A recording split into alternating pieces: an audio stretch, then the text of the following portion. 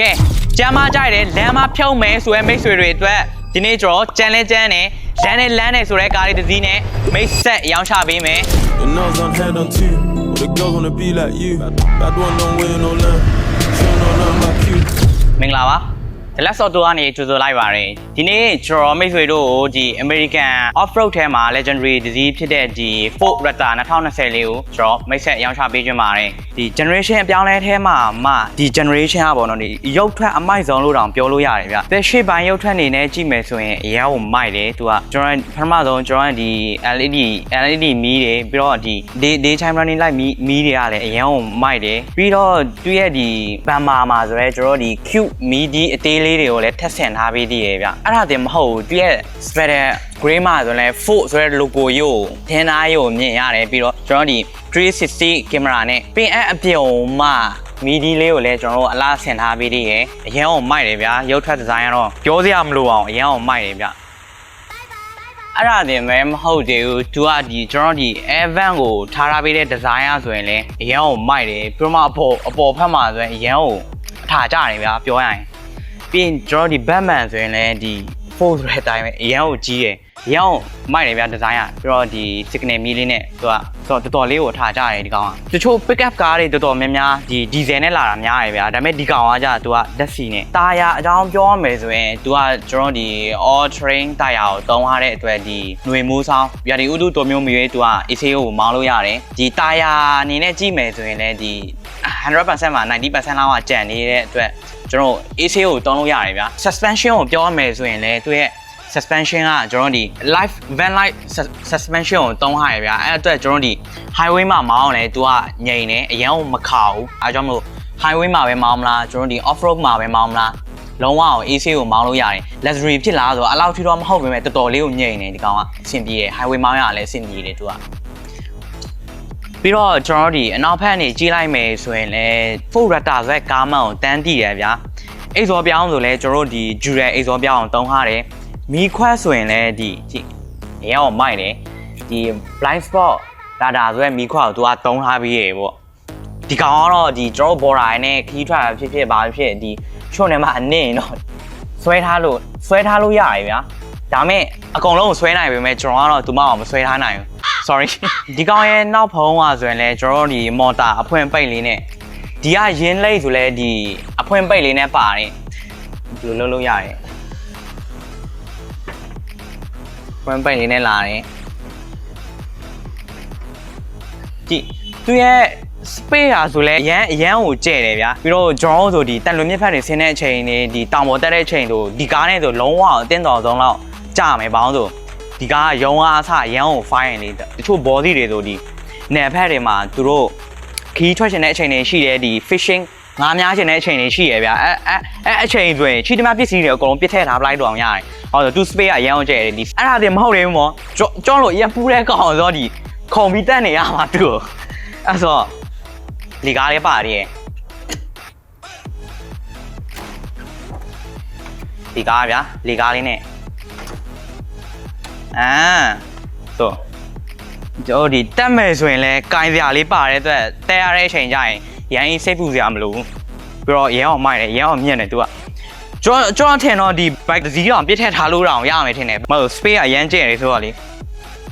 ကဲဒါဆိုကျွန်တော် India လေးကြည့်လိုက်ရအောင်တချို့ pick up ကားတွေကိုသတိထားမိလားမသိဘူးတချို့ pick up ကားတွေကဒီချစ်တင်ခုံအတေနဲ့လာကြတယ်တချို့တွေကပေါ့နော်ဒါပေမဲ့ဒီကောင်ကကြာလက်စစ်ချစ်တင်ခုံနဲ့လာတယ်သူကတကားဖွင့်လိုက်တာနဲ့သူ့ရဲ့ချစ်တင်ခုံက electronic ချစ်တင်ခုံတော့ auto ကျလာတယ်ကဲချက်ကြည့်လိုက်ရအောင်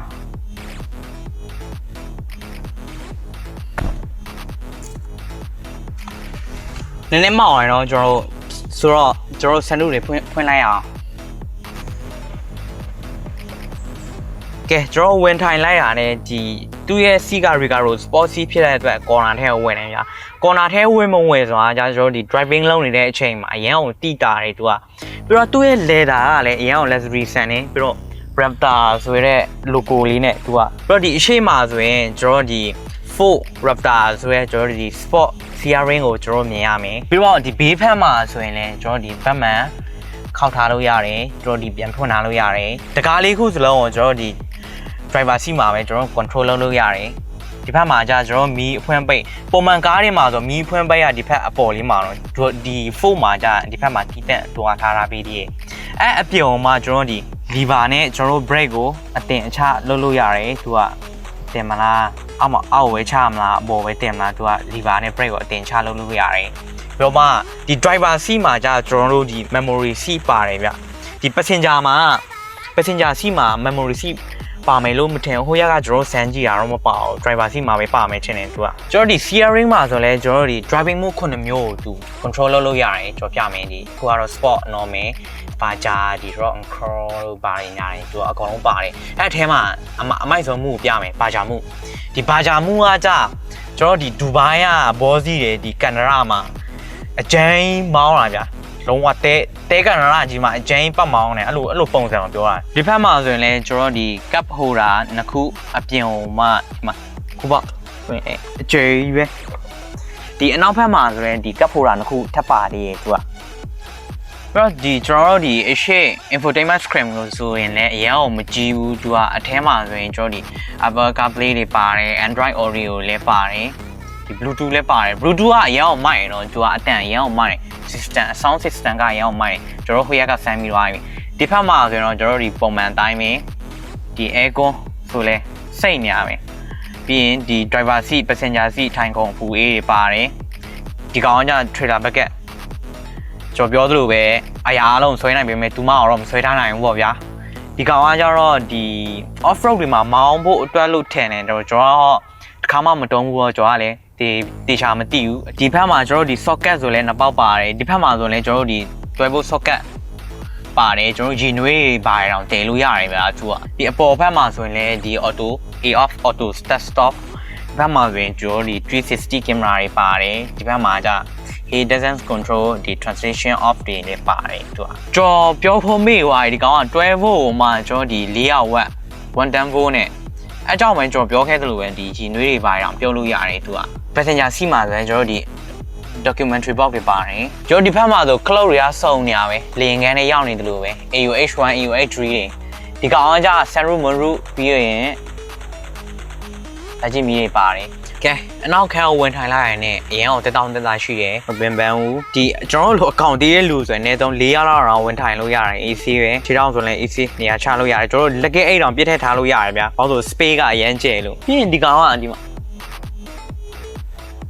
လက်တင်လို့ရတယ်ပြီးရင်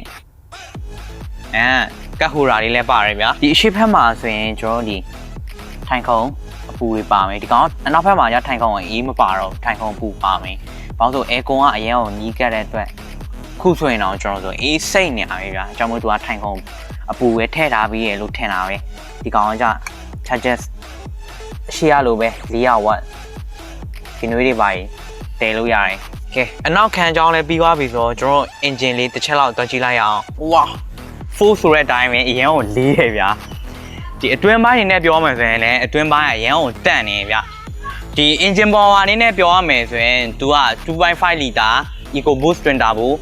ဒီ460 horsepower ကိုမှဒီ10 speed automatic gear section နဲ့ဆိုတော့စီစားအရင်ကတက်တာတယ်သူကကဲအရင်ကမိုက်တယ်ဗျာမိုက်တယ်လို့ကြော်ထက်ခါမပြောချင်တော့ဘူးဗျာစိတ်ဝင်စားတဲ့မိတ်ဆွေတွေကြည့်ရင်လာကြည့်လိုက်တော့ကျွန်တော်ကတောင်ပေါ်သားဆိုတော့ဒီသူ့ရဲ့ aggressive လို့နဲ့တင်ကျွန်တော်ကတော့အရန်ကြွေနေပြီအရန်အောင်မိုက်တယ်ကျွန်တော်ဆိုင်ရဲ့လိပ်စာကိုမသိတဲ့လူတွေအနေနဲ့လည်းကျွန်တော်ရဲ့ showroom ကတော့ဒီဝေဇန်နာလမ်းမကြီးမြစ်တာလမ်းတော့မှာရှိပါတယ်အချိန်မျိုးလာရောက်ခဲ့ဖို့လည်းကျွန်တော်ဖိတ်ခေါ်လိုက်ပါတယ်ကျွန်တော်တော့ဖိဝင်ပါနောက်ထပ်ဗီဒီယိုမှာပြန်ဆောင်ကြမယ်